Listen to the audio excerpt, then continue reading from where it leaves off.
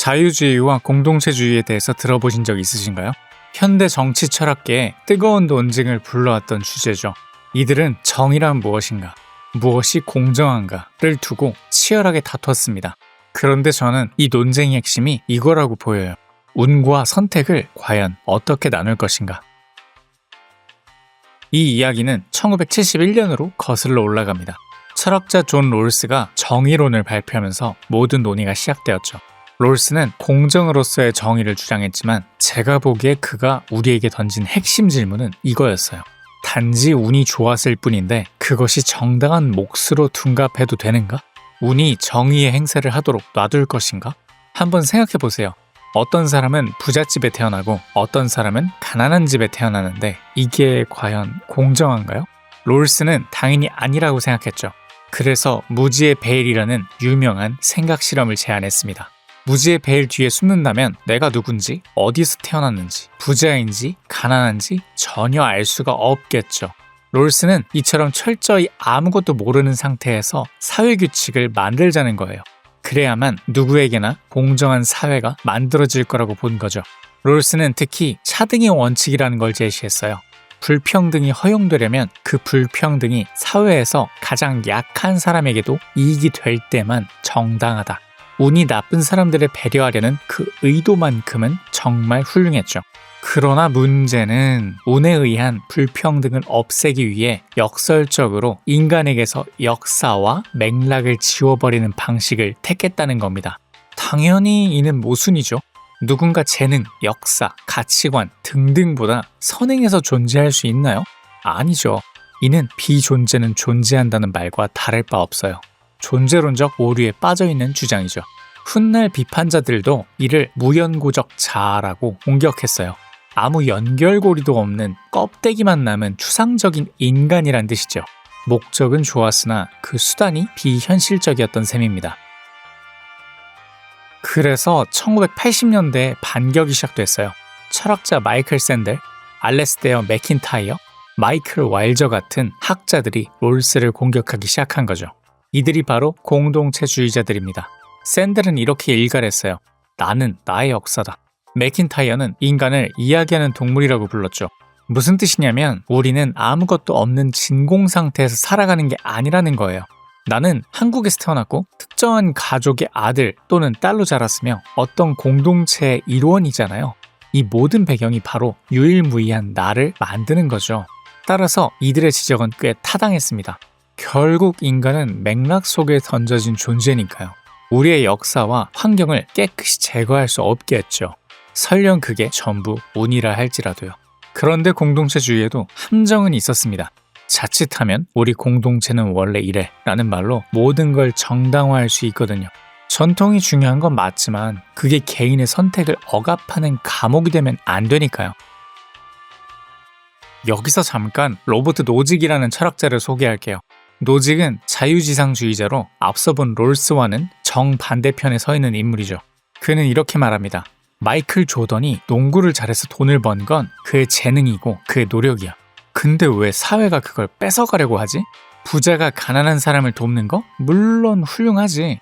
하지만 그건 선택의 영역이지 국가가 강요할 의무는 아니야. 언뜻 들으면 되게 쿨해 보이죠? 내 능력으로 번 건 내가 갖는다. 개인의 소유권을 100% 존중하니까요. 그런데 노직의 치명적인 약점이 뭐냐면요.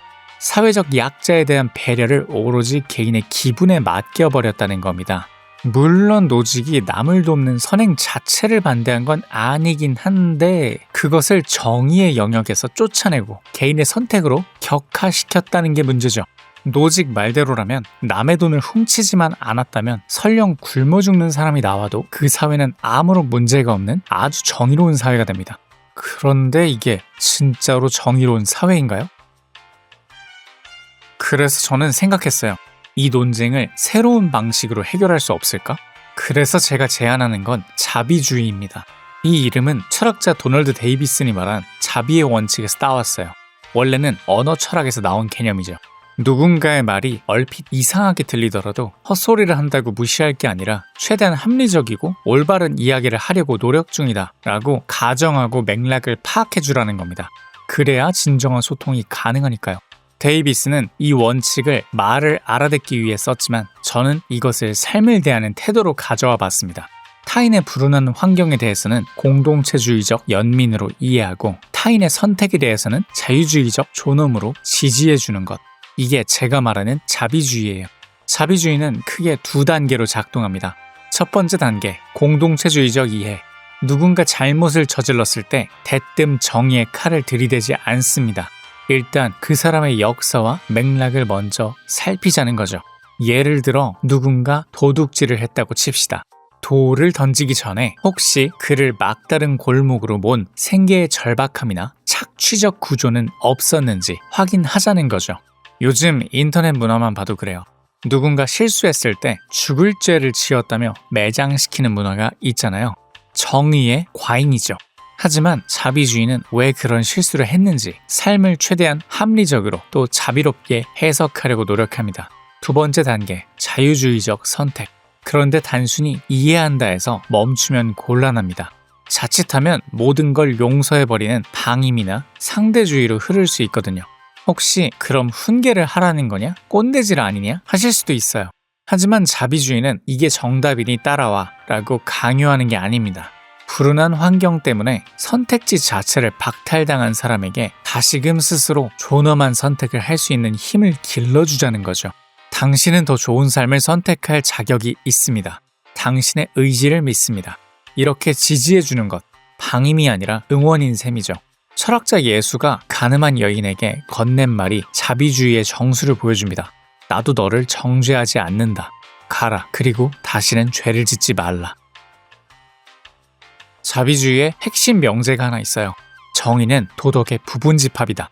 기존의 자유주의는 정의가 도덕보다 우선한다고 봤어요. 그래서 도덕이나 미덕 같은 가치를 사적 영역으로 추방시켰죠. 반대로 공동체주의는 공동체의 선이 개인의 권리보다 우선한다고 봐요. 하지만 여기엔 자칫 전체주의로 흐를 수 있는 위험이 도사리고 있죠. 그래서 저는 이 관계를 새롭게 봅니다. 정의는 우리가 서로를 해치지 않기 위한 최소한의 바닥이에요.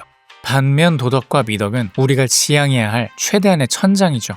이 둘은 대립하는 게 아니라 층위가 다른 겁니다. 비유하자면 정의는 사회를 지탱하는 뼈대이고 도덕은 그 뼈대를 감싸는 따뜻한 살과 피입니다. 노직의 문제는 바로 여기서 드러납니다. 그는 뼈대만 튼튼하면 된다고 봤어요. 하지만 뼈대만 드러난 사회는 춥고 차갑습니다. 사람이 살 수 있는 공간이 아니죠. 크앙생각. 존 롤스, 그는 운을 제거하려 했던 이상주의자였습니다. 운에 의한 불평등을 제도로 보정하자. 의도는 훌륭했지만 그 방법이 인간에게서 역사를 지워버리는 결과를 낳았죠. 로버트 노직, 그는 운을 개인에게만 맡겨버린 냉혈한 현실주의자였습니다. 운도 내 재능이고 내 것이니 국가는 빠져라. 자유는 지켰을지 몰라도 그 사회엔 온기와 자비가 들어설 자리가 없었죠. 마이클 샌델, 그는 운을 숙명처럼 받아들인 보수주의자였어요. 그는 공정하다는 착각에서 노력할 수 있는 능력조차도 운이다 라고 말합니다. 우리의 끈기, 성실함조차 유전자와 환경의 산물이라면서요. 겸손하라는 뜻은 알겠지만 자칫하면 나의 자유로운 선택이란 없다는 결정론의 늪에 빠지게 됩니다. 그래서 저는 자비주의를 제안합니다. 타인의 운은 자비로 이해하되 그가 더 나은 선택을 할 수 있도록 자유를 응원하는 것. 다시 말해 정의라는 최소한의 바닥을 딛고 도덕이라는 최대한의 천장을 향해 나아가는 것. 나에게 주어진 역사와 불운을 내 존재의 일부로 긍정합시다. 하지만 그 불운 속에 안주하지 말고 끊임없이 더 나은 인간다움을 향해 걸어갑시다. 그리고 내 이웃에게도 똑같이 걸어갈 수 있는 기회를 줍시다.